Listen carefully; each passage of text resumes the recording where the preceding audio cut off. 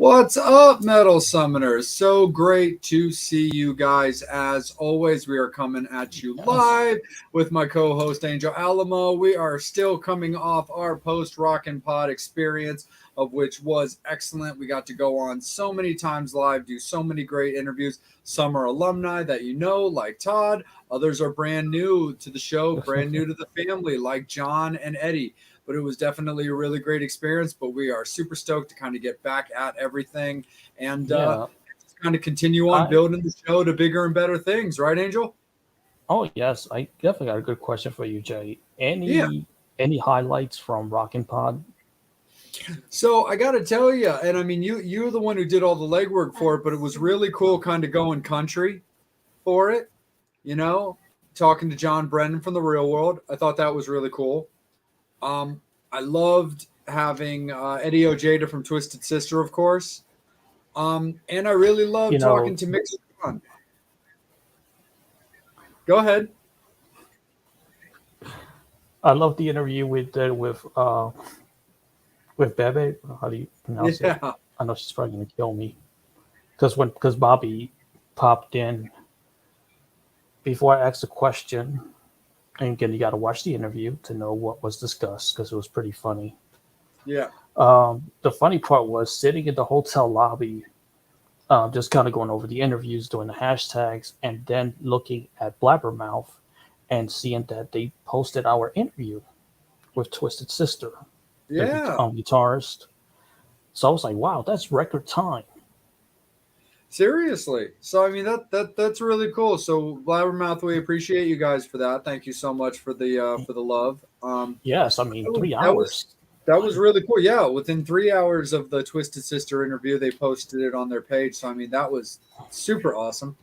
And it's just kind of interesting when it comes to just kind of thinking about that. Is it just that they're aware of Rockin' Pod and they're aware of all the interviews that'll be going down? Or, since they picked up our Karabi interview, or are we maybe being followed in certain hashtags or whatever? But that's definitely pretty cool, man, for sure. I mean, I loved doing that. I mean, But I mean, I just love the fact that we wanted it to do country because again, everyone at Rockin' Pod is doing the same thing with the interviews, and I think we just wanted it to do something different. So it was cool to go to John Brennan's studio and yeah, just see him, and it was like seeing somebody you've known for a long time. He's just that kind of cool dude, and yeah, hanging with us for an hour, which was nice. yeah, That was the longest interview that we did. that So was the super. cool thing about doing it there, right, opposed to Rockin' Pod is there were no handlers. It was just him.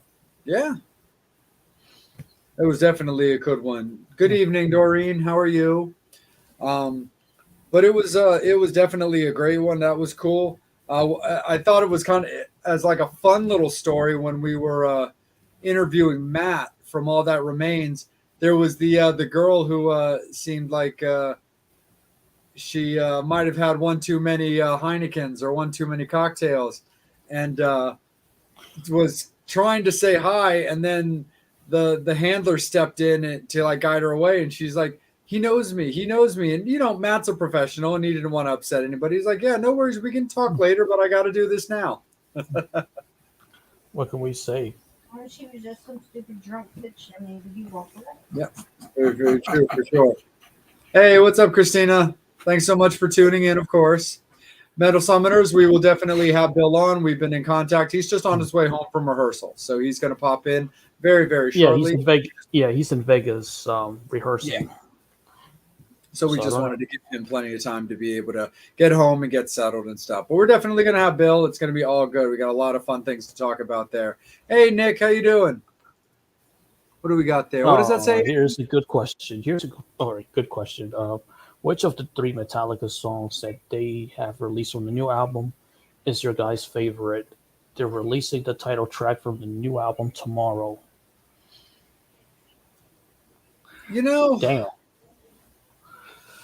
I Nick, I forgot the name of the first song that they released. well, that was Lux Eterna. Yeah, that one. But I mean, this should be a better record than some of their previous songs. It'll be interesting to see the song that they're gonna have with Robert singing with James. That should be I think really that's going to be pretty cool. Like, right. And it's a normal thing because we know that James Newsted would sing some of the lines on the song Whiplash. yeah.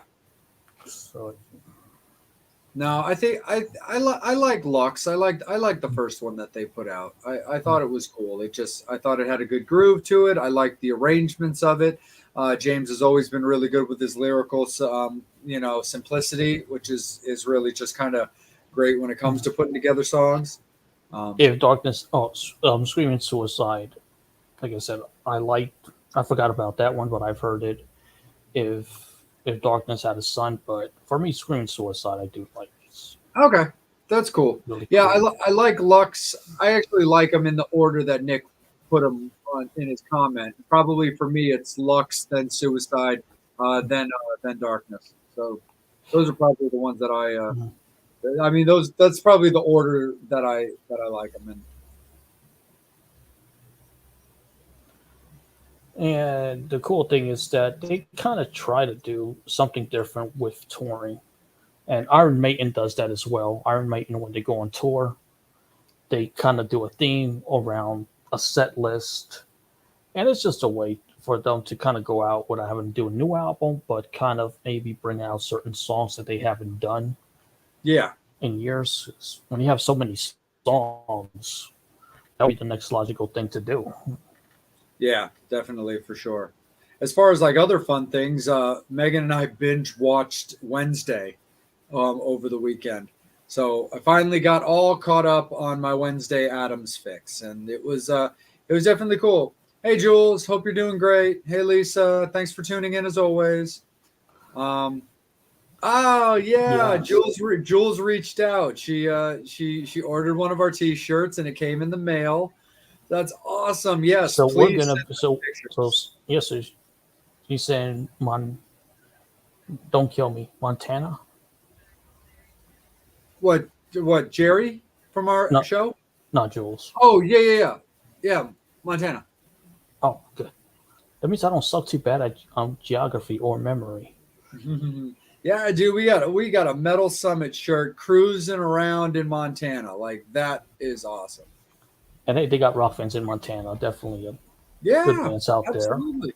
Well, So Nikki Six moved to like Montana.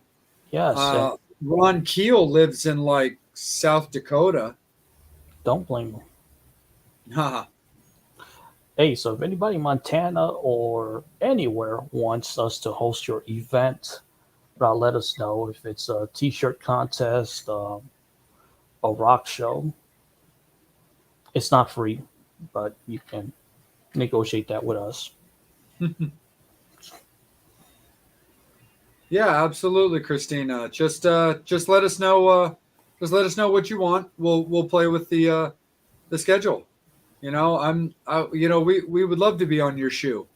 Yes, we No, would love to be. we totally saw, dear. No, we'd love to be on your show. So just reach out to us either on the Metal Summit Facebook Messenger, or you can message myself or Angel directly on our personal pages, and But we before can that, get that all that set up. yeah, but we got a special surprise. A special surprise. There's the man. Hey, Bill. What's How up, are you? guys? Mm. Yeah, can you hear me? Yep. Yeah. Good on Awesome. my end. Angel, Yeah, good yeah, on yeah, your end? yeah, yeah. Yep, we hear you loud and clear. Yeah, my Awesome. apologies, guys. We are I'm doing rehearsals here in Vegas, and there was a little bit of traffic coming back to this house. Now you're on Nah, time for man. this rock and roll. Yeah, Yeah, man. You're totally out, all good. right. Man. Yeah, it kind of hit me. It hit me like earlier today because I had sent you out the link yesterday. Just I was like, well, let me get it out to Bill. That way he has it at his convenience and everything's cool. And then I saw the post about you heading over to Vegas to rehearse with everybody for the upcoming tour.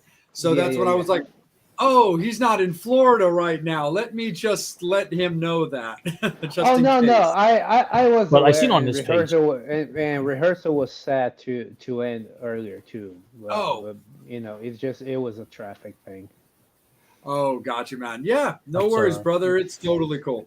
Cool, Absolutely. man. Well, Thanks for having me here. well, dude, we are so happy oh, to have you, man. You are very welcome and always welcome, Awesome. man. And thanks so much for accepting the invite. But so talk a little bit about rehearsal. How was it? And you posted on social who you're playing with, but talk a little bit about the project. Yeah, yeah. So this here is kind of a new thing. It's called Bleed the Fifth, and what it is if you guys remember in the mid 2000s, there was this band called Divine Heresy. It was Dino from Fear Factory with Tim Young on drums and Tommy Vax on vocals. So we are playing those songs, but with myself and Mark Rizzo on guitar instead. And we also have Logan Mader from Machine Head, who produced the record. He's playing bass. So we're doing oh, rehearsals for we got a Whiskey A Go Go show on April 8th. We got some other offers too, but we're doing this first one to see if it works out good. And yeah, so we're doing rehearsals in Vegas for this now. Very, very cool. Absolutely. Is that going to be for are you what time does the tour start? Like if it's been announced or are you still putting it together a bit? Oh no, it's not. This is not a tour. This is just one show in Los Angeles at the Oh, Whiskey A Go Go. rehearsals for show. oh. Yeah, yeah, yeah. I mean, it will be a tour apparently, but right now we're just doing this. Right now we're doing this one show. Right on, man. Yeah, man. Absolutely. Oh, that's Let, cool. yeah, let's talk a But little bit about you. You've got it right on your chest right there, man. Let's talk a little bit about Northtail. yeah, thank you. That I like talking about that. So Northdale is really my band.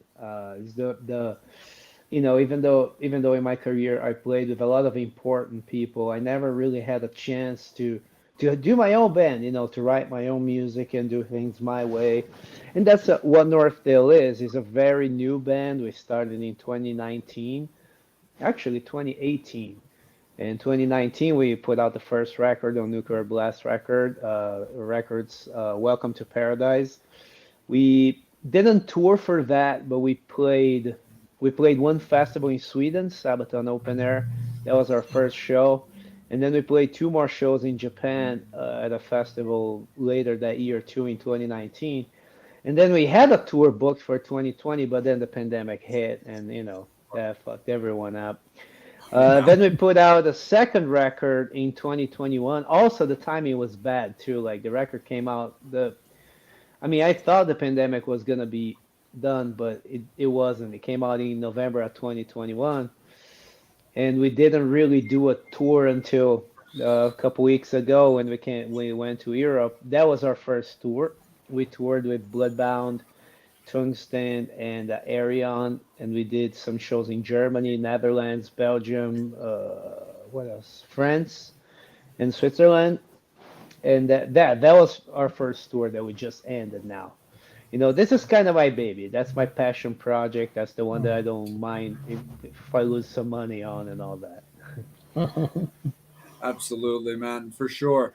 And when it comes to like putting together a project like that is so like near and dear to you, talk from your personal experience about like how you look at like the booking and the design of the shows versus when you play with the other bands that you work with, whether it be a TSO or a Doro or an I Am Morbid, because when it's your own baby and your passion project, you probably see things from the stage maybe a little differently. Oh, very much so. It's a whole different experience. The basically, my entire career, I've been told what to do. Even in this situation here, I'm not calling any shots. It's always like this is what we're doing. You just execute that. And with Northdale, the ideas come from me. The execution has to come from me, and I have to make sure everyone does their part too. And uh, to be honest, like I'm sure that everybody knows intuitively that starting a band and running a band is difficult, and of course I did too, but I didn't realize the extent. because it's one of those Oh, things because I'm used to being on tour. Like I live on tour, but on this last tour, I was like, there's all these little details that you're just taking for granted because someone always takes care of. Like for example, we're all traveling to Europe. The tour manager is asking me, "Do you guys have your arrival information?" I never do. I have someone book my flight and let me know. Now, in this case, I have to book the flights. I have to let them know. You know, Merchandise, I have to be making the call. I have to talk to people. Like, this is all very basic stuff, but that I never did before. It was never, in my scope. So, I mean, I butchered a lot of it. I'm not very good at being a leader yet, but it's working, I'm definitely feeling the burden of all the famous bosses I've had. Sure, huh. absolutely. And where did you choose the name from? We didn't. When I put Northdale together, I choose a couple of musicians that had their own fan bases. So we Which I mean, now I see they kind of worked against us a little bit because a bunch of people started calling us a super group, which we never meant to be. We're just a new band. But Right. because everybody who was in bigger bands, people started saying that, Mhm. and I think super groups never work out that good. So I was like, no, we're not. We're just a band. But because of that, we had a fan base from the get-go. Just when we posted on our social media that we're starting this band, so we had sort of a fan base, but we didn't have a name. And they're like, well, what do you guys think? And we had like 2,000 suggestions from fans, and we went through those, and a lot of it was actually really good. I was surprised at how many good names we had. And then we chose, if I'm not mistaken, 100. Then we chose 10, and we had people vote on those. And Northdale was just the one that won, but it was also the coolest one. I think that even the person that thought about the name was because, well, at the beginning of the band, I was the only guy that was not in Sweden. So we were, he was kind of like making reference to that, the fact that they were in Northern Europe. But right now, there's only two Swedish people and two Brazilians. So we're kind of half and half. But yeah, that's how. Nice, man. Very, very cool. And so I wanted to touch base for a second before I kick it up to Angel about um, one of your one of the recent projects that you got to partake in, which was also the last time that I got to see you live when you played in Baltimore. Was when you were playing with Udo, when you were playing with Okay. in the Dirk Schneider project. I And so, remember the Baltimore show, actually. Yeah. yeah, and so talk a little bit about how just playing with Udo came about. That was kind of random, man. I played, I think it was 2015. I did this huge show at Wacken, headlining with the Trans-Siberian Orchestra and Sabotage. We were playing on both the stages at the same time, playing the same song. It was pretty wild. And we Udo played there that same year, and I saw him play, and I think someone from their camp saw me too. And when Kasperi left, because their old guitarist, well, I guess now two guitarists ago, Kasperi Heikkinen, he left to join Beast in Black, which, right at the beginning. And then I can't remember, like, some someone one of my friends knew the people from Udo and said, I have this guitarist, and then they're like, oh, well, that's great because we were trying to get a hold of this guy anyway. It was kind of it was one of those happy coincidences. And we spoke via email, me and their manager, and then the next day I was on a flight to Germany. It was really that quick.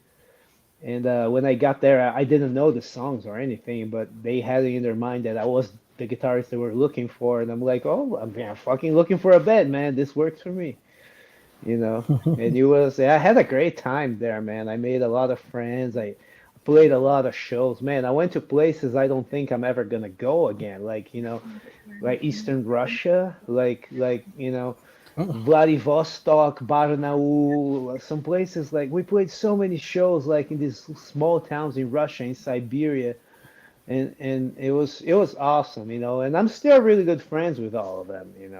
Even the people that came after me in the band are my friends too. So it's cool, man. It was an awesome experience, and I still remember that U.S. tour very well. U.S. and Canada, man. I had a great time on that tour. I think that was the last U.S. tour I've done in my career. Really, I haven't toured the U.S. since. Oh, gotcha. Yeah, well, it actually, and it just occurred to me after I said that. I was like, well, yeah, that was the last time that I got to see you playing like on a national tour. But of course, I did see you last year at M3 Festival with Dora. Oh, nice, cool, Yeah. man. That was a rough show. That was a hard show for us, man. Things were like everything you can think of. I remember what failed. You know what I mean? Like all kinds of technical Mm. problems and problems Yeah. getting there. It was a good show at the end of the day, but that was a really tough day. And we had the cool thing about that show in particular is that we had Mitch Stewart filling in on bass, who's the bass player for Circle to Circle, who is Circle to Circle is a Zach Stevens band. Zach Stevens, the singer for Sabotage, and me and Mitch go way back. My first couple tours in Europe was with him, so to have him filling Fedora on that tour on that one show was pretty cool. Nice. Yeah, absolutely, man, for sure. Angel, let's kick it up to you, brother, for a little bit. Yeah. Okay, definitely got some fan questions. Hell yeah. Just to this one's kind of tough, so I'm just gonna make it a round table one. And it's from Brian, of course. And Brian Ha. wants to know if you had to wipe one band or musician's catalog off the face of the earth, who would it be and why? Oh, That's We're a all going to tough answer this one. one, so you don't feel bad. oh, All right, Brian coming think out as a of savage right off the bat. all right. Think of crappy music. Whose crappy music would you? Hey, how do Okay, I that was not my share fault. this? Yes, okay. I was trying to share this on my social media. For a Thank you. second. All right. Can you guys still see me? No, we can hear you just fine, but your screen went black. Oh, okay, because I'm trying to share this. Sorry. All right. No, you're Let cool, me man. see. That's okay. Oh, Take there your you are. time. All right. So, man, that's a tough one. You go first, man. Yeah. Okay, who wants to go first? Because I'll go first. All right, You I'm, go all right, first, I'm dude, gonna go because first. I know who you're erasing. Maroon, I'm gonna erase Maroon 5, and I'm gonna tell you why. If you have to make an album where you need 14 different producers and you need 30 songwriters, you fucking suck. Sorry, Maroon 5, but you fucking suck. You hate metal chicks, and your songwriting sucks. And dude, just go to fuck away. Go to somebody's DM. Go to some chick's DM on Instagram. So There you you go. so you weren't into the Maroon. So I guess that's safe to say, No, Angel, that you Led were not Zeppelin. into Maroon 5's halftime show. No, look, Led Zeppelin, one producer, maybe 2 or 3 songwriters, kick-ass record. They didn't need 14 producers and 30 songwriters. Just saying. I don't know. Like I feel like we got this. I feel like I got this. We got this a similar question once, maybe before. I guess honestly, I think I got nothing personally against her, but I think I would just make Beyonce go away. Okay. Just I can't connect with it. I can't get into it. It's just I don't get it. I Yeah. don't understand. So Probably for the same reason as Maroon 5, different song producers, songwriters. yeah, God, not you need so many- not a personal How many attack. fucking- Just can't How connect many with fucking it. songwriters can you have on the song? All right, I have an answer, and I think some people might get pissed off. But honestly, like because I get asked that question, like I've gotten asked this before, and it's not that I don't like their music. In fact, I mean I don't like a lot of their music, but there's a lot of it that I do like. But it's for the effect they've had in metal that lasts to this day, and it's Nirvana. Okay. You know, I really wish that Nirvana did not exist in music history because I I'm mean, not gonna say anything. you know what I mean? I don't like I said, there's songs I like and all of that, Mm. but the influence they had and whatever they did in the 90s, you know, a lot of people say they killed metal in the 90s or whatever, whatever they did in the 90s, it's undone now because metal is back, Yeah. bigger than ever. But I think that the influence on the sound, especially on American metal, lasts to this day. You know, Yeah. modern metal bands that don't even think they like Nirvana. They grew up so familiar with that music. You hear, I hear it. You know, I can't get a lot into a lot of this American metal stuff because I hear the alternative influence that they don't even know they have. You know, and so I wish Yeah. Nirvana did not exist, really. Nice. Uh, see, it's cool. We're That's gonna my get hate most mail from honest a Rule answer. 5 Yeah, Beyonce. yeah, yeah. Dude, but at least he wasn't as brutal as Jay was. I don't do That's true. apologies. Yeah. Me neither. And okay, this is a Metallica related question, but it's a pretty good one. It's from Nick. Did you like Jason Newsted singing Seek and Destroy at early 90s Metallica concerts? Which I don't remember. I've never seen that or heard of it. Me neither. I mean, I've heard him do Whiplash, but just not Seek and Destroy. Yeah. But like I said, I do like Jason Newsted's vocals in Metallica, so I like Jason he Newsted sounds in cool singing general. He's a with Jason. badass. Yeah. I'm Yes, I'm he's a still a Jason badass. I'm a Jason Newsted fan. He was always one of my bass playing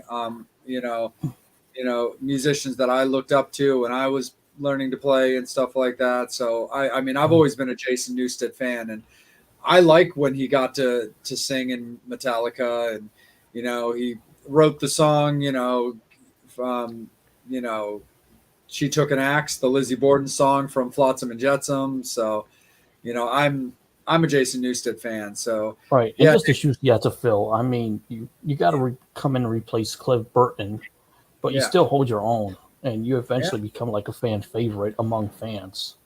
for sure. Yep. See, we're being nice. Yeah, but Jason Exactly. Newsted, we love you. Another question. Oh, this is a good question. Um, how do you transfer your energy from stage time to regular time? How That's a do you good question. transfer your energy from stage time to regular time? I'm not sure how to answer that, to be honest. I don't know that I have an answer. I don't know. Oh, Honestly, the okay. best Well, answer I like you're have on is I stage don't in know. front of people.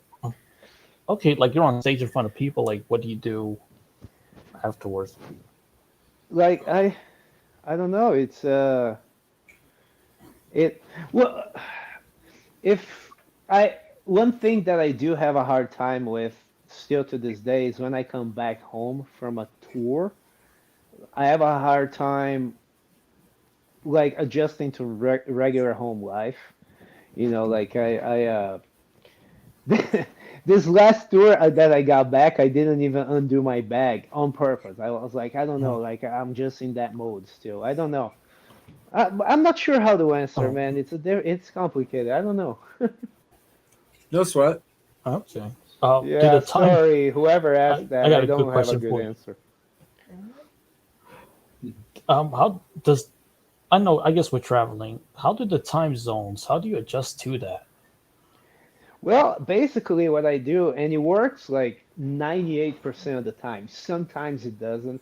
But what I do is I jump into whatever that time zone requires. So if I get in early, if I get in the morning, I'm not, no matter if I just flew 20 hours, I'm not gonna go to bed, because I know I'm gonna wake up at 6 p.m. all fucked up.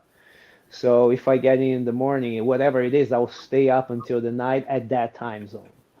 I just did that yesterday in Oh, Vegas. I got here in Vegas. I think it was, I want to say it was like noon, but in my head it was already 3, 4 p.m.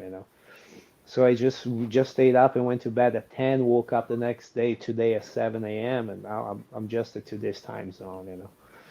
It works sometimes. Sometimes I remember this one time that I had a show in Japan, then I went to China, and then from China I came to Brazil. And that was my clock was really messed up. It took me like 4 days to like really get acclimated. But most of the time it works. Nice. Another question from Brian. Um, it's a Brazil question. Don't mean to bring up another band, but just heard Ratos de Barao last year. Have you seen or played with those guys? Yeah. They're actually really famous in Brazil. I have never played with Uh, them, but their singer is like mainstream famous. He's got a TV show and everything. They're a punk rock band, like a old school punk. I'm talking like late 70s, early. I think they're from like early 80s, and they used to play with Sepultura a lot. They're really really really like real punk hardcore and they did tour Europe. I know that. I didn't realize that people knew them in the States. That's super cool. They mostly sing in Portuguese, but really cool punk uh, rock. So if you guys haven't heard of Ratas de Porão, check them out. And the name most literally definitely. translates to like sewer rats. Mm. Yeah, Nice. Another question from Nick. Pretty. Would oh you rather God. be an a musician or a gospel musician? In, in, Jesus in, Christ. That's like asking me if I would rather die by getting shot or stabbed. Let me see. I guess I would rather. I mean, there's some emo bands that have some cool songs. I guess emo in like 2006 though. 2000. Like I would have been in. I don't know. My Chemical Romance is in 2003. I guess. it's all metal and all the time. You can't be asking Bill Exactly. those questions. Yeah. For forever metal. Yeah. Exactly. And I got a couple other good questions. This is from Jules. I was in Vegas in November to see the Who, and the traffic was horrific. What was the weirdest thing that has happened during the show? The weirdest thing that happened. I mean, I have a story. It's the worst show I ever played. That's also the weirdest. It was in the Okay. UK. In the UK in like 20. I want to say 20. What year was that? 2015. A while back. And I was touring with this really. I don't want to bring up their name because I really don't like that band anymore. But I was working for this band that I really shouldn't be working for. And we did a shitty UK tour playing. I mean, really, really shitty places. But one in particular, we get to this place, and I'm looking, and there's this really, really shitty old bar. There's like two drunk dudes drinking. I'm like, this is what we're playing? And then someone heard me ask the question, like someone who worked at the bar heard me ask the question. They're like, no, you're playing the basement. So we're playing the basement of this really shitty pub in Sheffield, England. And there's like 80 people there, which is probably capacity, and like no AC, and like the stench, man. It was like, and then the light went, and then the power went down. The gear isn't working, and there's sweat coming from the walls. I threw up on stage, and by stage I mean this thing that was like 10 inches from the floor that they were calling this stage. This was pretty fucking. I mean, I don't know if that's super weird. I don't know. I've never thrown up on stage before or since. This is the So, first that we hear of anybody throwing up on stage, so dude, but not keep it because they going. were nervous, it's because it smelled like shit. Because it was Yeah. in fucking England. It was horrible, man. I hope that's a good answer to whoever asked that. No, it is.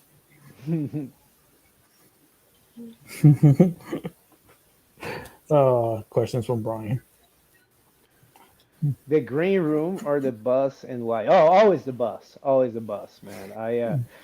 Unless it's a very, very nice venue. But even then, I feel so comfortable in the bus, like with my stuff. If I'm on tour, most of the time you'll find me in the bus, or if I'm not somewhere, I just feel very comfortable with my shit around me. I'll most of the time I'll be actually in bed, you know.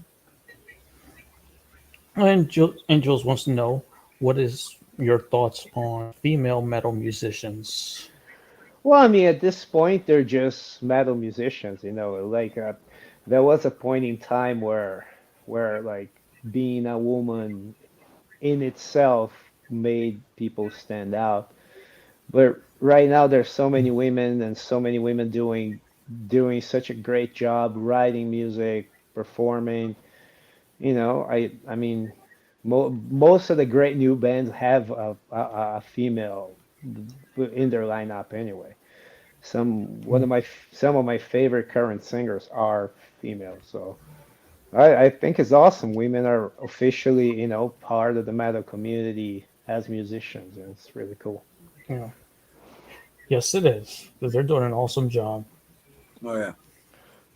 And Doreen has a question, and this one's probably going to make me hungry. Huh. Yeah, it's definitely going to make me hungry. Most memorable meals while on tour? That is a good question. Good Hmm. enough that I don't remember, that I wouldn't know how to answer, because there's been some amazing meals. Well, first of all, I eat very simply. So wherever I am, I would be looking, if I'm in Europe, I'm eating a kebab. If I'm in the US, I'm eating a burrito. If I'm in South America, I'm eating a ham and cheese sandwich, So I'm always looking for the simple stuff. One thing I do remember is that was a while back. That was probably 2008. I was playing with Circle to Circle in Serbia, and we're eating like they had these like giant burgers, like they're burger patties, and they were so good, man. I ate several of them, and they were big, and I ate like four or five. And at some point, someone told me it was horse meat, and I'm Oh, like, oh man, like I just ate like five or six of this. They were good too, but I didn't know. That was. I mean, I guess that's memorable, not in a good way, but that was memorable. As far as like so good, that was. Oh, you know what? I have one. Last time when I went with I Am Orbit to Brazil, last year, was it last year or was it this year? That was this year. Man, my sense of time is fucked up. Is Mark? No, it was last year. I don't even know. Anyway, we went to South America, and we went to this restaurant with one of the most famous chefs in Brazil. He owns it. He's that reality show Master Chef. That's the host of that show. And he Mhm. took us to his restaurant and he cooked for us. And dude, that was the best like gastronomic experience I've ever had. It was insane. And the food was so good, my brain wasn't able to comprehend most of it. It was good. Cool. And just a quick comment from Nick. Yeah, plus yeah, they're a really good, great band. We've Yeah, had Mariah on our show before. great band for sure. yeah. 100%.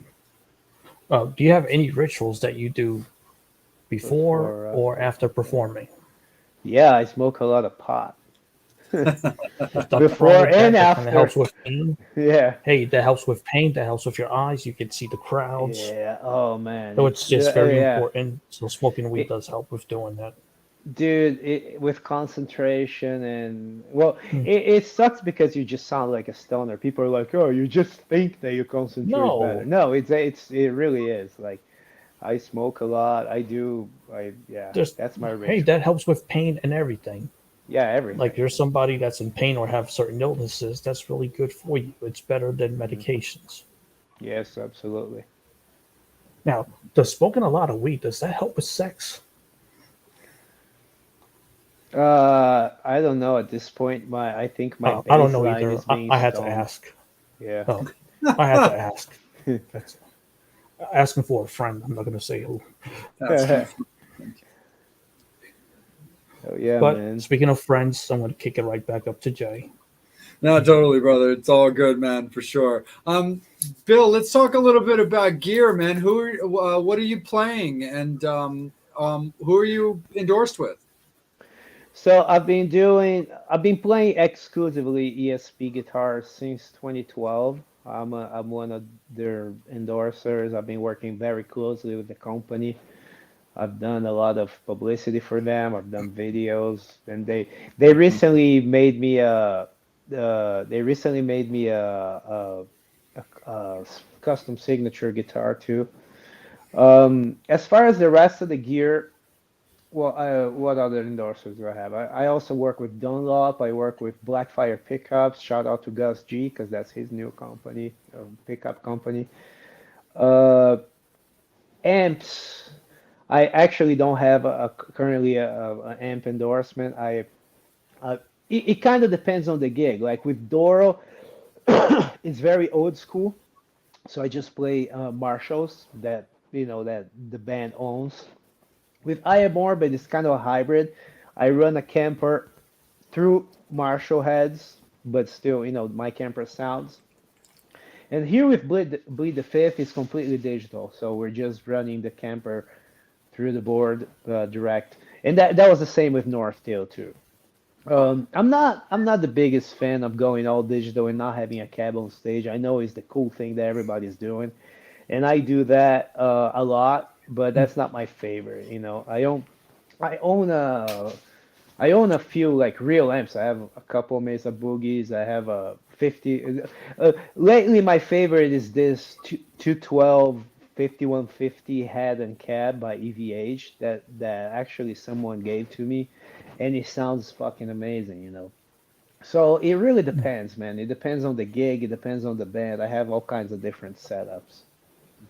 Oh, right on, Hmm. man. That's awesome. All right. Well, we got Bobby. Bobby, dude, you can click on the link and actually join us. Bobby's our other co-host. Get ready for this question. Jesus Christ. That's That's how. no, Yeah, no. yeah. We're gonna. I don't. I Yeah, know. nah, not so much. Not We're my gonna. religion. Nah. No, we'll save that for Maroon Five. Yeah, no, not my religion. Yeah, totally. So, Bill, I saw you way back when you were playing with TSO, and it's absolutely fantastic. Our late family member David Z was a very good friend who we all miss to this day. But I wanted to just talk to you a little bit about playing with TSO with that kind of stage show with everything from scaffolds that move around to the intricacies of the Christmas music infused with like the metal and everything that John Oliver and all those guys like put together and so in that. So talk a little bit about your stints with TSO and what you enjoyed or what maybe some of the cool difficulties were during that time. Well, at that point in my life, it was my ultimate goal. Of everything I wanted to do at that point, like TSO was on like top like priority, and it was cool. It was like a dream come true when got in.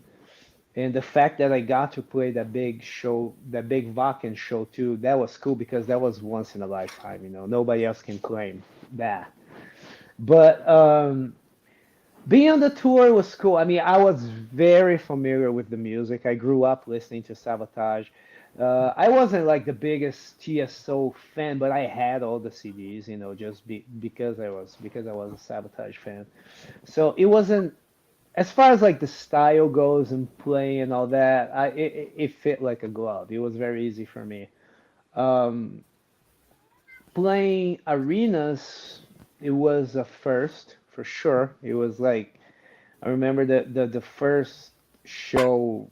I was like, okay, this is definitely the biggest show of my life, And then, well, the Wacken show, but like playing arenas every night to the point where like it just becomes your baseline. I'm like, oh, okay, another show in front of 20,000 people. That's pretty insane. Now, difficulties, man, there was a lot because it was really a very, rehearsals were a very humbling experience because it's like, I felt like a badass in Florida. I felt like a badass even in the metal scene in LA. But then suddenly I'm in this room where everyone is badass. You know what I mean? So you feel very average and like, oh, all my best playing is like, okay, everybody here can do that and better. And the fact that, because also you got to understand, I my first rehearsal, uh, actually, my very first rehearsal with TSO was kind of ridiculous because as a Sabotage fan, I've been dreaming about a reunion, and this Yeah. show was the reunion show. So the very first thing I did was playing with all of Sabotage minus Al Petrelli. So me stepping in for him, and we're playing the Sabotage songs. We're playing Dead Winter Dead, Edge of Thorns, Hollow the Mountain King. Me, Johnny Lee Middleton, Jeff Blake, Chris Caffrey. I'm like, oh fuck, I'm in Sabotage. That was my first. Mhm. That was my first time rehearsing. So that was pretty cool. But then when everybody else started coming in, because I was one of the first ones there, maybe because I was the new guy or whatever. When everybody else started coming in, and now we're having to play with all this big ensemble, and now it becomes more difficult. And now we have the in-ears. That was the first time I used the in-ears, which now I can't go without. But at that time it was the first time. So now I'm playing with in-ears, so I hear myself so well, and all my mistakes, come through, and I'm like, oh my God, this is so much harder than I thought it was. It was definitely a huge learning curve that for most of those people takes a whole rehearsal season. And for me, it was like compressed in a couple weeks. Um, and uh, and I remember too how, because I used to brag about at that time to brag about not really being nervous before shows, but before that Vakken show, I was freaking the fuck out because it was like 90,000 people, and I knew that, and I could hear them, and I'm right behind the stage. I'm like, man, I'm about to go on, like that was a little nerve wracking. But I mean, fuck, it was so much experience, man. TSO, the years, because I continued a few years after doing backup. It was the best music education I've ever had. That's when I realized music theory only works when you try in the band, in the room.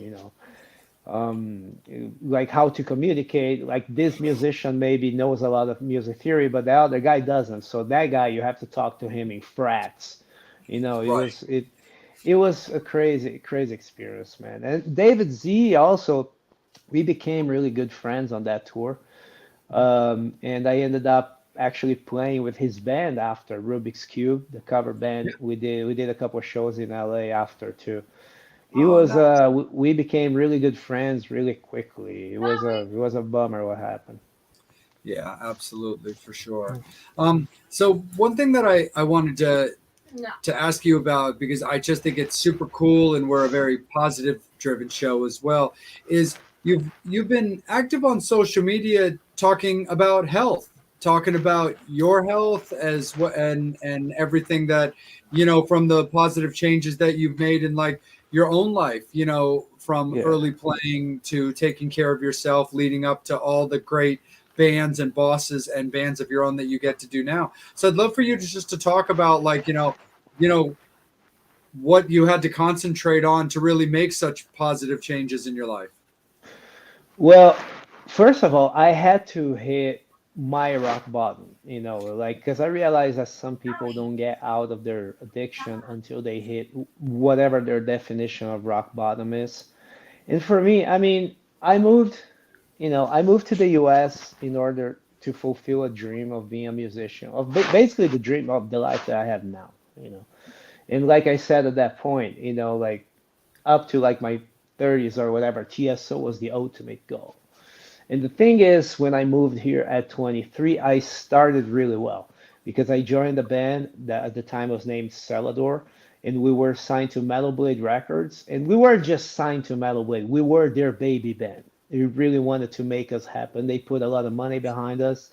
We went on huge tours. We went out with Trivium, All That Remains, Bullet for My Valentine. We went to Japan and played with Heaven and Hell with fucking Dio. Wow. And I mean, they really wanted to make the band happen, but we were stupid. I was the oldest guy in the band at age 21, 22, or whatever. We didn't know what we were doing, and that was a real shame because it was a wasted opportunity.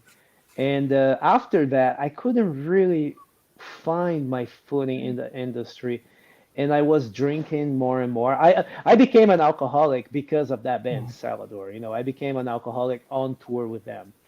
And like I drank a lot before, but like an alcoholic to the point that I was getting the shakes and all that. That definitely happened after my first couple tours with them. And I went into a spiral of self-destruction between 2006 and 2012. That was really bad. I burned a lot of bridges, some of which I can't get back. I was just talking about Metal Blade Records. Brian Slago, he personally wanted to make us happen. He personally was taking us. I had his cell phone number. He was taking us everywhere. He was showing us to everyone, this is the band I'm making happen. And to this day, he doesn't really, I mean, he doesn't ignore me, but he doesn't want to like, because I would call him drunk at 3 in the morning to talk shit about my bandmates, like, and Wow. so would the other guys do the same. And that's an example of a bridge that was burned and that I was never able to recover. And I've done that with a few people in the industry, but over time I was able to kind of, regain their confidence. But in 2011 it was so bad and I didn't really have a career. I didn't really have any gigs. Nobody was calling me and I looked really bad. I looked fucking terrible. I was about 260 pounds or whatever. And but I did get a fill-in gig with opening for Firewind on Oh, wow. this in this band Night Rage. Night Rage, which was Gus G's basically other band, and but the guitarist at the time was Olaf Mork, who's now in Amaranth, and Amaranth had some big shows, so I ended up filling in for him on that Night Rage tour in 2011, and that was the peak of my drinking. I mean, I was breaking shit every night and fucking throwing tables at the venue. Gus one day was talking about just dropping me off whatever city we were at because I was causing too much problems. I ripped a gumball machine out of the ground at Peabody's in Cleveland, and I was just that kind of drunk. And then at the end of that tour, which I mean that tour would have ruined my career alone, just the things I've done on that tour and at every show, but then at the end of that tour, because I was living in Los Angeles at the time, at the end of that tour, uh, the last show was in Los Angeles, so hometown show for me on a Thursday. And after the show, I went to the Rainbow and started drinking, and I regained conscious a week after on Wednesday. I went on a week drinking binge at my house by myself after a tour. So I that's when I'm like, I have to stop. I'm not gonna make it to 30. I was 29 at that time, and some of my friends were actually talking about that, how I wasn't gonna make it to 30. So I made a New Year's promise that on January 1st, 2012, I was gonna stop drinking, and I didn't know that it would work or not, but I got really fucking wasted on New Year's Eve, but then the next day, I'm like, okay, now I have to stop. So I woke, and I was a morning drinker too. I liked vodka. I like waking up and drinking vodka. So I woke up, and there was a bottle with a little bit of vodka, and I'm like, man, that's just what I need to wake up. So I grabbed the bottle, and I'm like, I said I would stop. Fuck. And I kind of put the bottle away, and I was in Brazil at my dad's house. So he had like a gym at his building. So I went down and I started walking on the treadmill. And I'm like, all right, I'm gonna start right now. And that's where my fitness journey started, really. The day I stopped drinking, because I was so out of control and out of shape. So like nobody wanted to hire me for anything. And I'm like, the first thing I need to do is I need to get in good physical shape. because that way, the bands will be like, oh, if nothing else, this guy looks good. So I started working really hard. I kind of focused on that. And it's funny because within 6 months, I was playing my first Vakken. And within a year, I was on the cover of ESP Guitars catalog. And Oh wow. the person who got me on that cover, that's 2013, the person who got me on that cover had not seen me play. He literally just thought it was an amazing looking photo. He's like, man, you look really good. You look like a rock star. If you play half as good as you look, you're gonna be a rock star. And I was like, that's ironic because a year ago I couldn't get any gigs because I looked so bad, and that's when I realized that the alcohol really was a problem. So I never went back to it. And I became, I've been sober 11 years now, and I became really obsessed with the gym, with getting in shape, and then I realized that the better shape you get, the better life becomes, like you things that you wouldn't think they are related to being in shape suddenly, it's cool. I mean, it's easier to travel on a plane, when you're in shape. It's easier to go up a flight of stairs, like now I can my stage presence has improved like 100 times because I'm in better shape, so all these so I became, not to say I'm like a complete health freak because I really like junk food, I'm a fan of Taco Bell. I eat like shit, but I mean, but a lot of the time I try to eat well, and I do go to the gym every day, no matter what, like or I walk, or I do some kind of physical activity every day, and my playing has improved, my career has improved, all my dreams have come true, since I stopped drinking. That was a big problem for me. So, and I get messages. I'm not even joking. I get every single day, at least one person that, I started working out, or I stopped drinking because of you, or reading what you did helped me do this or that. So if it's that inspiring for people, it makes it even better. It's super cool. So that's definitely one of my priorities right now. For sure, man. Absolutely. Bill, that's a killer story, man. I I mean, it's appreciate it, man. absolutely, man. No, and we appreciate you sharing it, on our show for our fans, and and back again also with your fans that are tuning as well. I mean, that's such a crazy story. And I know what you mean, because like I'm not in the best like physical shape myself, but like I'm drastically smaller than I used to be, because I was like 260 at my peak, and I'm like 190 now.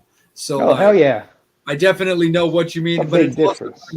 it's also kind of the same thing though too. Like I don't have the best eat habits. I eat like shit too, but it's just kind of about like kind of like moderation, and I try to just kind of overall keep track on that kind of stuff too. But Yeah, yeah. The way I approach it, man, is because I tour most of the year, right? I tour Friends saying same guns with between problems. 8 and 10 months out of the year.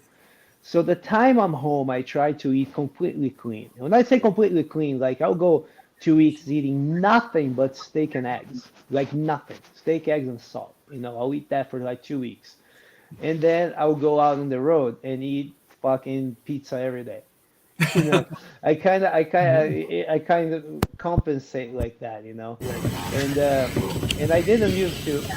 Am I hearing Or you something? race it. Yeah, I okay. thought I Avoid heard people. I thought I heard something Yeah, for a second too, but it looked like it went away. yeah, and That up to call last year I didn't really that work out on the before road, that. and then we What? had a merch Grab girl, more. Diana, who went on the road with us, and on the first day I told her, oh, I don't really work out on the road, just when I'm home. She's like, well, if you want to join me, I'm going to this gym and it's an hour walk away. I'm like, oh, I do like to walk, let's go. And I went to the gym with her that one day. Then the next day, we're like, let's find a gym. So that became a thing on that tour. We get on the city, get on our phones, and try to find a gym. Feel it? And normally you can pay $10 and work out in Europe. In America, it's like 50. You know, but normally, and then that became a thing, and that was a year now, over a year ago. And ever since that day, I think I missed maybe 2 or 3 days, here and there, but like I don't really miss workout days, whether or not I'm on tour. You No. know, like the only exception is if we're in a venue out in the middle of nowhere and the closest gym is 15 miles away. Even Right. that, even if that's the case, I'll run for an hour. I'll do something physical, and that's has been fucking amazing. I'm at my best shape in my life, and I just turned 40. That's awesome, man. So rad, man. So Appreciate it, thank man. yeah, dude, absolutely, 100%. Angel, let's kick it back up to you, man, for some time again with yourself and with the Metal Summoners. Here's a oh, Indica oh, sativa, and always sativa because of how creative he makes it. Here in Vegas, I just got some of this. What is this? Fuck. I ripped the label.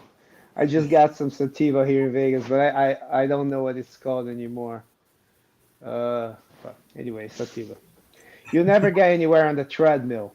First of all, that's not true. You never get anywhere in the treadmill if that's all you do, and then you eat like a fat fuck after that. But for people that don't do cardio, going from no cardio to 30 minutes every day, and you improve drastically, which is what fucking happened to me at the time. Yeah, right now if I walk on a treadmill 30 minutes, it won't do anything because I'm in shape. But at 260, the first 2 weeks with no drinking, treadmill, and just eating steak, I dropped maybe like 20 pounds or something. No. Yeah, I mean, mm, it's not a thing. It's not that effective when you're an athlete, but man, for if you don't do anything, that makes all the difference. mm. Yeah, I forgot the question I was gonna ask, but Oh, sorry. oh, first show you ever saw. Oh, dude, actually, that's an answer that because I'm so old now, it sounds really cool. It was actually Michael Jackson. I Oh, saw wow. I, s- I saw Michael Jackson in Brazil. I was only 9. Uh, Wow. and saying that I saw it is kind of an exaggeration because it was a stadium show and I had the cheapest ticket, so I was exactly across from the stage. I had binoculars, but that was my first show. Later, Michael Jackson Dangerous Tour, 1992. Nice. Thanks. And just a compliment from Angel Pleasure Little. sharing you. Throw down the word. Thank you, Angel.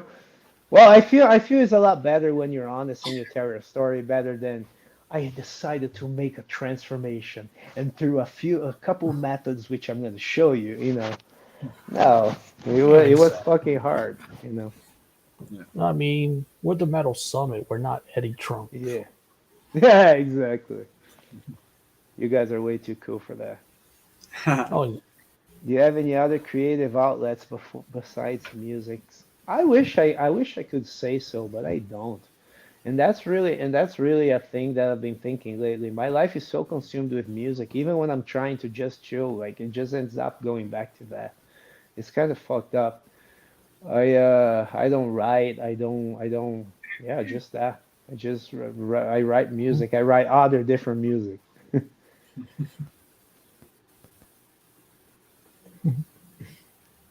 What age did you start playing what age guitar? did you start playing guitar? 10. Actually, no. Just 10, I took my first lesson. I started to like really, really take it seriously at 13. But yeah, 10 was my first lesson. Actually, there's something Okay. of me starting to play guitar. There's something that's kind of creepy. You're talking about John Oliva, the Sabotage guy. Well, right now, I mean, since 2014, I've been his lead guitarist, and the last 2 times he went on stage, I was with him. Once with Sabotage, once with John Oliva Spain, replacing his brother. And he's spoken publicly about how nobody has ever played this Chris Oliva solos better than I did, which I mean, that was kind of ridiculous to read, but he did say it. He did say it, and my first guitar lesson. I took my first guitar lesson the day Chris Oliva died, and I had no idea about it. I had no idea who Chris Oliva was. I had no idea who Sabotage was, but I do have. My mom has the receipt, and that's October 27, 1993, and that's the day he died. Oh, sorry to hear that. Yeah, yeah, it's kind of fucked up. Do you have any pets? Do I have any pets? Yes, I have four pets. Paco and Rico, my two dogs, and Mowgli and Fuzzy, my two cats. If you don't follow me on social media, here, you go on my Instagram, you can see my pets, and you can see even my dog's Instagram. And he's got all pictures with all kinds of famous people. John Oliva, Todd Latour from Queensryche. It's awesome. All my buddies take pictures with Paco when he goes on his Instagram.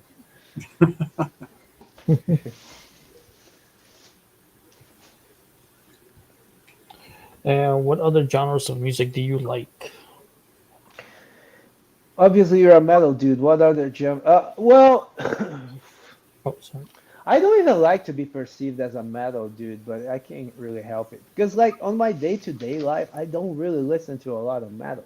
Not anymore. I did. I did back in the day. And Northdale, like, Northdale sounds like the music I listened to at age 16, because that's the band I wanted to be in back then.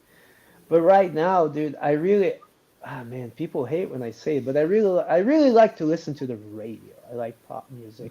I like Dua Lipa. I like fucking, dude, oh man, like Jay. He's not so pop. I like Jason Mraz. I love Jason Mraz. I like Swedish House Mafia. I like a lot of stuff, man. I love, and I went to school for classical music. I used to listen to sit and listen to classical a lot more when I was younger, but I went to school for that. And and just because of my teenage years, sometimes I'll sit and listen to some bebop. I'm a big fan of John Coltrane. And but if I'm to listen to metal, I always listen to the 80s and 90s stuff that I like. I don't really like a lot of modern metal. I like modern pop more. Nice. Hmm. Hmm. What was your first band called? Uh, oh, by the way, someone said here Chris Oliva died October 17th. He's right. It's not October 27th, October 17th. Hmm. He is correct. That is also my first guitar lesson. Uh, what was my first band called? Well, I mean, the first band that I consider my first band when my career started was Celador. If you want to look it up, it's Cellador. We only have one album. I mean, they have two albums, but the second one is not really anyone in the band from the lineup that we had. It's just one of the guys. So look up the first album. It's called Enter Deception. I'm not really proud of my guitar playing on that album, but it's very nostalgic to me because it reminds me of the beginning of my career.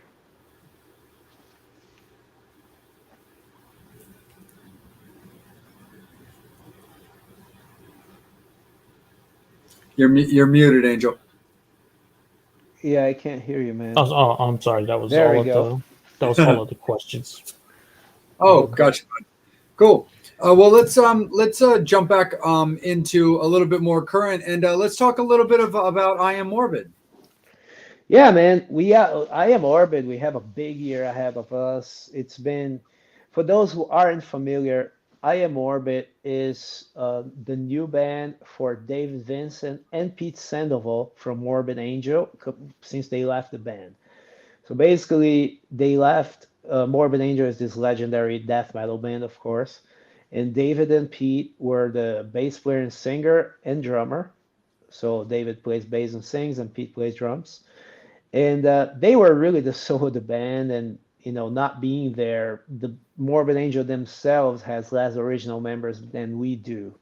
And we play music from the fourth first Morbid Angel records, Authors of Madness, Blessed Are the Sick, Covenant, and Domination. And we've been doing this since 2017. We've been around the world with it. We've been to Russia. We've been to Europe several times. We've been to South America. We have not played the US yet. I mean, we've done three shows, but we haven't done a real tour here yet. And so this year we're playing, man, essentially every festival in Europe. We're doing, Metal Days in Slovenia, Dortmund Metal Fest, Leyendas del Rock. We're doing, man, it's a whole month of it. And of course, we just did a very successful South America tour. And yeah, well, there's more shows that haven't been announced yet. So this year, between Dora and I Am Orbit, I'm gonna be really, really fucking busy, man. It's gonna be but yeah, since Pete Sandoval came into the band, a lot of the old school fans like us. It's like our profile was raised a lot by that. Because he was driving before the Nice. night he murdered Has Nicole. has there been any like just casual conversation about new music for I Am Morbid, or is it, just kind of good as like a, passion that's not really. Yeah, no, no, I know what you mean. Yes, there has been because everything we've done has relied on those four albums. The four Morbid Angel albums. Of course, a lot of the fans don't really accept me and Richie, the two guitarists, because we are the guys who weren't in Morbid Angel. So we're going to write a new album. Yeah, we're already getting ideas together. We don't have any full songs yet, and we haven't been together as a band, which is the way David wants to do this. But yeah, we're going to do a new album at some point this year still. I don't know about the release date or anything, but we're gonna write new music. Nice, very very Yeah, cool for man. sure. And so when and let's keep it rolling. Like I said, at M3, you were playing in Maryland, playing with Doro. And so how did Doro Pesh come into it? Because I mean, you just keep knocking them down, dude. I mean, Udo Dirkschneider and Morbid Angel and Doro Pesh. I mean, dude, you're becoming in demand with these legendary front people. Yeah, man. I mean, I kind of found my niche that way, I think. But with Dora was interesting because, well, when I was playing with Udo, I met her at a festival or whatever. So I just introduced myself, took a picture with her, and there wasn't much more than that. But I was really good friends with the rest of her band, with all the other guys since 2013. Like they're such good friends that when I was in Germany working with Udo and I had time off, I would go to the Netherlands, hang out with Bas, their guitarist, Yeah. and just stay at his house. So it's all. I think it was in 20. I want to say 19, 18. Fuck, I don't know. She was supposed to play Prague Power, and Chris Caffrey from Sabotage was supposed to play guitar for her. And then I want to say 5 days before the show, he got into an accident and he couldn't do it. And the TSO people actually called me to fill in for him. And they asked me, "Do you know Doro?" I'm like, "Are you kidding me? I'm friends with the band, man. That's awesome. Do you want to do this?" The thing is, I had like 4 days to learn her entire set, including keyboards, which I had never played before. But Oh Caffrey wow. wasn't gonna do keyboards either. They were gonna cut those songs. And I'm like, "No, don't cut anything. I'll just learn how to play it." And because of that feeling, they called me again to fill in for a Russia tour, and then they called me again for the U.S. tour in 2019 with Metal Church. And finally, they made me an offer last year to join the band full time. So now I'm in Doro's band full time. But it all started with that feeling for Prague Power. And this year I'm playing with her again, headlining Prague Power's first day in September. Dude, that's so cool, man. Absolutely. What are Yeah. some of your favorite songs that you like playing for her? For her, man, well, I like, oddly enough, I like the songs that I play keyboards, because it's a challenge. I like playing Freemer because there's this big piano thing in the middle. Um, I like the headbangers for guitar, I like the headbanger one, like Hellbound is awesome. I like Soldier of Metal, which is like a ballad. There's some piano at the end, but it's a slow one. I don't know, man. Doro's songs, they're all anthems, and Yeah. and they all work really good live. It's always cool to hear a big crowd singing those parts back to us. It's cool, man. It's really Doro is one of my favorite gigs to do. I always feel like a rock star.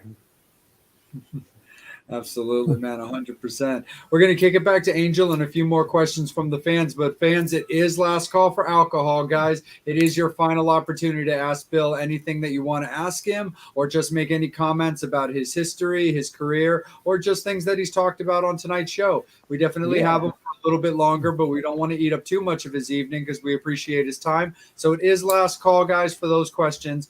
But go ahead and pump them in because we love it when you do it. Go ahead, Angel. It's all you, brother. Before hold on one sec. I am gonna love this. So I did actually. Jesus. Wait. Now it's what a happened? party. Oh, got it. Sorry. What's up? What's up? What's up, Bobby? Yo, I'm here. Wait, you're all over the place. Hey, how's it going? So, How's it going, man? TSO. How you guys doing? We're doing great, man. Just hanging. Well, I'm here at Poco's. I'm cocktailing, but I just wanted to say thank you. Great seeing you, Angel and Jay, down in Nashville. Yeah, brother. Billy, big thing right now. All the years at TSO, I got to ask this question. Did they ever let you play Feliz Navidad?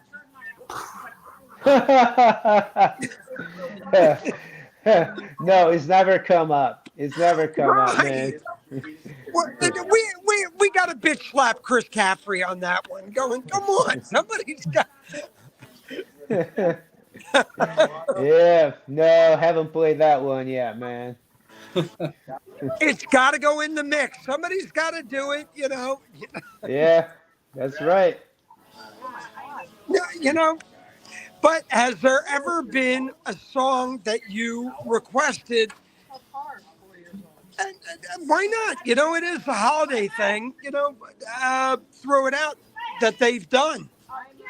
No, I mean, I really wanted to do this song called Mozart that they made me learn for my audition, but I never got to play with the band. They never actually put it in the set. Wow. Yeah. Well, It was really cool though. I had to learn it for the audition. I'm like, now we should do it on stage. Never happened. Right. well, the next time, whatever coast you're on with them, I'm texting them and I'm going to go, look, dude, we got to go bilingual. We got to do a little Feliz Navidad. Yeah, you gotta get them to hire me back, because I haven't toured with them in so long.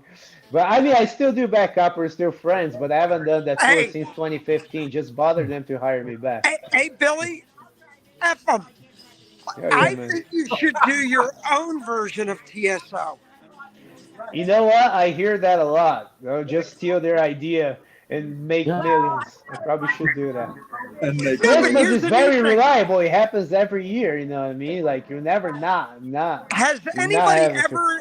But here and look, I'm just throwing this out. You can take it, but nobody's ever done a version of a TSO in another language. I'm actually gonna record this because it has been an idea. So when I do it, I'm gonna have this chat. Look, It has been an idea. Yeah. Look, we've had the Actually, no. But actually, it exists. There is a Finnish version of TSO. It's not associated, but it's the same idea. And they have all kinds of like power metal musicians. Gas Tarja from Nightwish sings with them, and it's called Rakasta Joulua. But it's kind of TSO-ish, but it's in Finnish, and they straight up rip them off. Hey, look, look, this is just that thing that I'm throwing out there. Look, yeah. I'm gonna record this chat. Awesome. I just wanted to come on and say thank you guys, and I really wanted to give Jay and Angel mega props. We had such a great time, and Billy, congrats on everything you're doing, brother. Thank you so much, man. Thanks for having me. Hey, love you, Bobby. Look, guys, I gotta finish my PP beverage. Absolutely. Enjoy it, brother. We'll talk soon. All right, you guys. Take care. Right No, that was back just... to Yeah. Right back to you, Angel.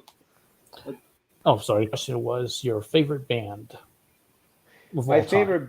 Oh man, there's it's like a tie. It's probably Iron Maiden. Like if I had to pick Mhm. one, it's probably Iron Maiden. But man, I'm like Halloween is pretty close up there, you know, and Guns N' Roses because he was the first, Yeah. you know, Hmm. like so, man, yeah, and there was that tour, you know, that touring like I think it was in '88, the Monsters of Rock tour. It was that lineup, you know, Guns N' Roses opening, no, Halloween opening, then Guns N' Roses, then Maiden, and then Kiss headlining. That would have been amazing to see. But yeah, probably yeah. Either Maiden, Halloween, or Guns N' Roses. I can't really pick one. Dream Theater too. I just don't like what they do now. But old Dream Theater, like Images and Words and Awake and Scenes from a Memory. I love that shit. Nice. Apparently there's a deleted scene. I'm going to make this one a round table discussion. If you had to go to a Yeah. karaoke bar, what song would you sing? Well, every time someone does get me to go and sing in a karaoke, I always pick some Bon Jovi. So it's my life most of the time because it's an easy one to sing. I have the same two songs that I do every time. It's I do "Enjoy the Silence" from Depeche Mode and "Mother" by Danzig because I have kind of a grittier tone when I sing, so I need Oh something yeah. that's a little bit darker, a little semi slower, and a little gothy. Oh Hmm. yeah. Let me see. I would do Kick of Valentina. Turns me on because Nice.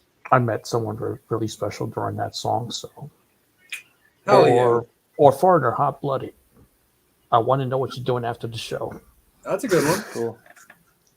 Cool. Let's see. Oh, another comment from Angel. She never got to see a TV show. But thanks so much for sharing. That yeah, that's an incredible show. Regardless of who's in the band, who you're seeing play, it's an incredible show. Always. That's the band. That's the one band that nobody will complain about. Of they don't have original members or this or that. Just Yeah. And you know, oddly enough, very few people have changed. Like guitar players, they only changed permanently only really once, which is when Al Petra when not Al Petrelli, when Alex Koenig left and Joe Hoekstra came. So I did that 1 year instead of Joe. But other than that, they've had the same. They have Jeff played on drums since the beginning. John Mhm. O'Reilly have been since the beginning, but then he quit. I want to say in 2018 or something. They have Blast Elias now. Johnny Lee Middleton has been there since the beginning. David Z, if he didn't pass away, he would still be there too. Yeah. They change singers a lot, but as far as the band goes, I mean, a lot of them are original members. Oddly enough, it's pretty crazy.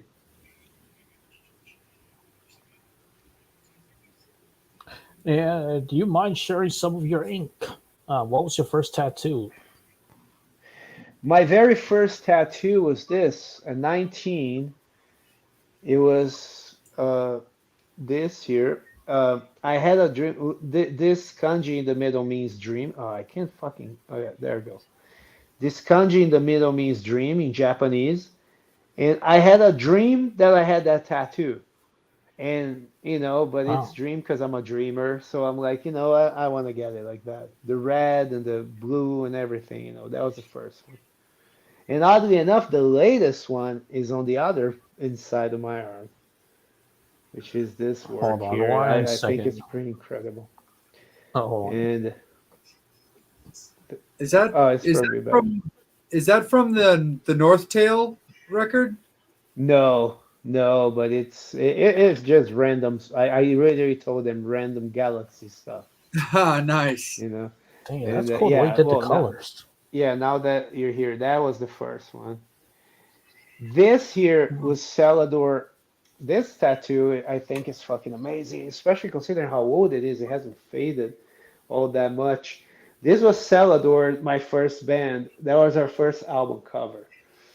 It's literally the dude tattooed in all my arms, the whole sleeve, Damn. and it becomes this biomac thing that's not part of the cover. And of course, I already showed you that. And on this side, I have this is from when I was a lot younger, another kind of biomac. Of course, the Alcini because I was Yep. cool, and then that becomes that. I have I have a dragon on my side, and what else do I have? Oh yeah, my chest. This is father, mother, and love, and then this lotus flower. Try to do So this yeah, so beautiful with a cup. cool. So yeah, that's all my tattoos. Do you have what's your next one, or are you a little, or do you kind of impulsive? Well, now I need to finish this guy here. See? And it sucks because the artist who did this, who I looked for years, she passed away about a month ago, 2 months ago. Oh, Damn. And I actually had an appointment with her a couple of days after. So I need to find someone to finish this somehow, and I don't have it. But yeah, finishing this and up here is priority right now. nice. Yeah. And Jules wants to know what languages do you speak? I only speak Portuguese and English, and I'm learning German.